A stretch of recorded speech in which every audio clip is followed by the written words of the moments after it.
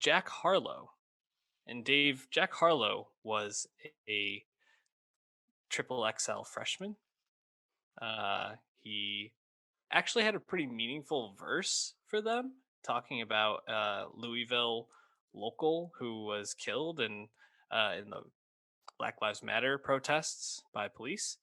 Um, and that's an interesting thing to hear from him, right? Because when he blew up with "What's Poppin'," I never thought we would really get like an introspective Jack Harlow. Kind of felt like he was meant to just kind of be like a party hits type rapper. Where did he go with this album for you? Gotta say, triple XL is quite the designation. I was not familiar with that XXL, double XL, that magazine. um, extra, extra, extra large for Jack. he's not that big. Um, yeah, in a sense, it makes sense that he got the debut album out this year because he's had such a strong year, such a popular year, and coming off a Grammy nomination at that for "What's Poppin'." And if you look at the push he gets, he's very much in the industry now. And Generation Now, Atlantic, they love themselves some Jack Harlow. He gets choice placements. He gets any feature he wants, as he says in this album. He's mainstream now, and he really wasn't mainstream a year ago. But I don't like this album at all, to be honest. I think it's incredibly boring and doesn't come close to something as simple yet effective as "What's Poppin'."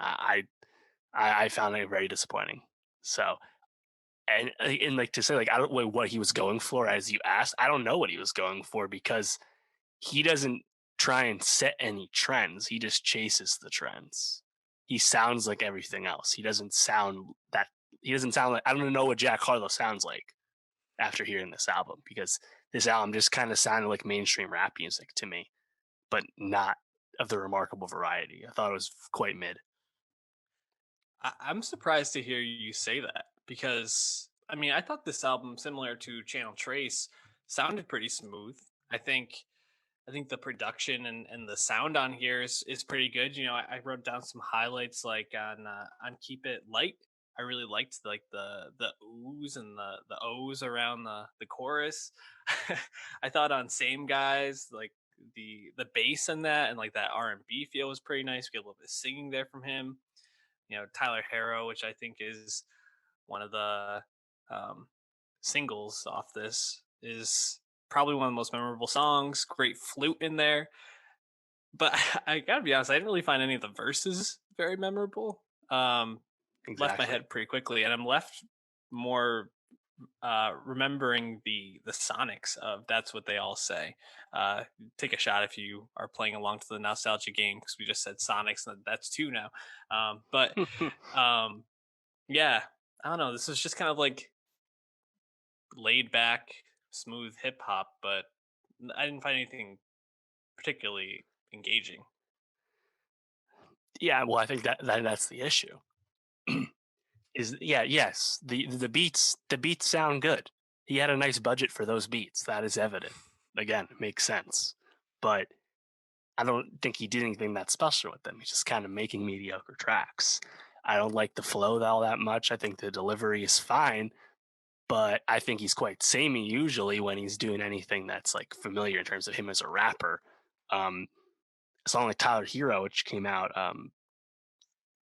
around when the finals were still going on, that one that one's quite the head scratcher to me because he starts it off with "the ones that hate me the most look just like me," which I find hilarious because the reason he's successful as he is because of his whiteness, not because of his whiteness. It's like, come on, dude.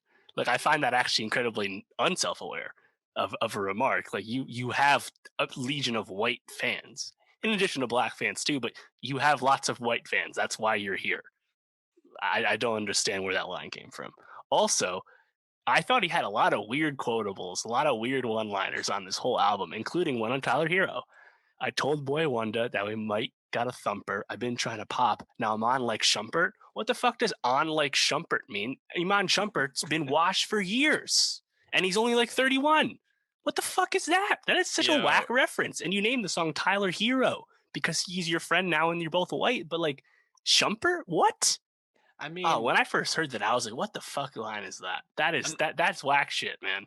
I'm never gonna hate on Shumpert because not only I a used to love finesse. Shumpert, but that was in 2012. It's 2020. I mean, dude, he bagged Tiana Taylor, or maybe the other way around. I'm not sure. And they're also in that the Fade video for Kanye is like a cat. Come on, Oh yeah, you you can't mean hate on Shumpert. 2016? The Fade video? Yeah, I mean, are you disappointed? I guess what were your expectations for this? Well, that's the thing. I didn't have high expectations because I didn't like Tyler Hero as a lead single. I didn't really care for the What's Mhm. Poppin' remix, but that's really just because I didn't like the guest spots. Like, I don't need Tory Lanez, Lil Wayne making music with Jack Harlow. I think he's all right in the Tap In remix. I like him as a talent, but because what's poppin', it's so evident. Even like, from last year, Through the Night, his first song with Bryson Tiller, his fellow Louisville compatriot. That's a little different energy than what's poppin'. It's a little lighter. That's good. I like that. But I feel like on this, like him just kind of doing the standard braggadocious stuff, I don't think he brings enough personality to it. And it just kind of comes across as dull and boring to me, which is disappointing because again, when you have a nice beat budget, you know, I don't know. Honestly, my favorite moment on the whole thing, apart from what's poppin', would be on When it ends. no, it would be on Same Guy featuring Adam Levine, but that would be when you have that choir at the end singing, exalting. Jetson made another one Mhm. a few times. Jetson made, of course, the producer who made What's Poppin', half the reason Jack Harlow is here today, because that beat is incredible. Jetson made having a great year, and I think that's nice. Shout out your producers a little bit more. I like that touch. But yeah, Jack himself disappointed me a lot on this album. So I I had very little expectation for this, and I thought it was fine. Like pretty memorable, pleasant listen. Probably not a good sign for an up and coming rapper for me to be saying that about them. But you know, I've been seeing in a couple places people comparing him to Drake. I don't understand the comparison at all. I was pretty shocked. I had to read it twice. I was like, really, to Drake? And I think they need more so in like maybe like style, like trying to like mix like funny and kind of petty with Okay. sound. But yeah, I if you go read the Rolling Stone review of this, definitely Yeah. confounding. And Well, actually, Fantano mentioned him too. And Drake as like a. It seems like he's copying Drake. well, sure. I mean, Who we is it? said that about Logic for years too. I mean, Drake dominates lots of stuff, but I don't think he's not a Drake like artist though. I think that's pretty obvious. Like he does not have the versatility of Drake. Um, No. but yeah, I mean, like in terms of like Drake's rapping, sure, but Drake's rapping has shaped the past 10 years of rapping, so I don't think it's actually that much of a statement. Well, check out that review. Jack Harlow. Are we putting any of these songs on the playlist? I don't think so, right? Don't think so. What's Yeah. Poppin's already there. That song's great. So, but check out the playlist either way. Nostalgia Best of 2020. You only got a month left before we start on to 2021.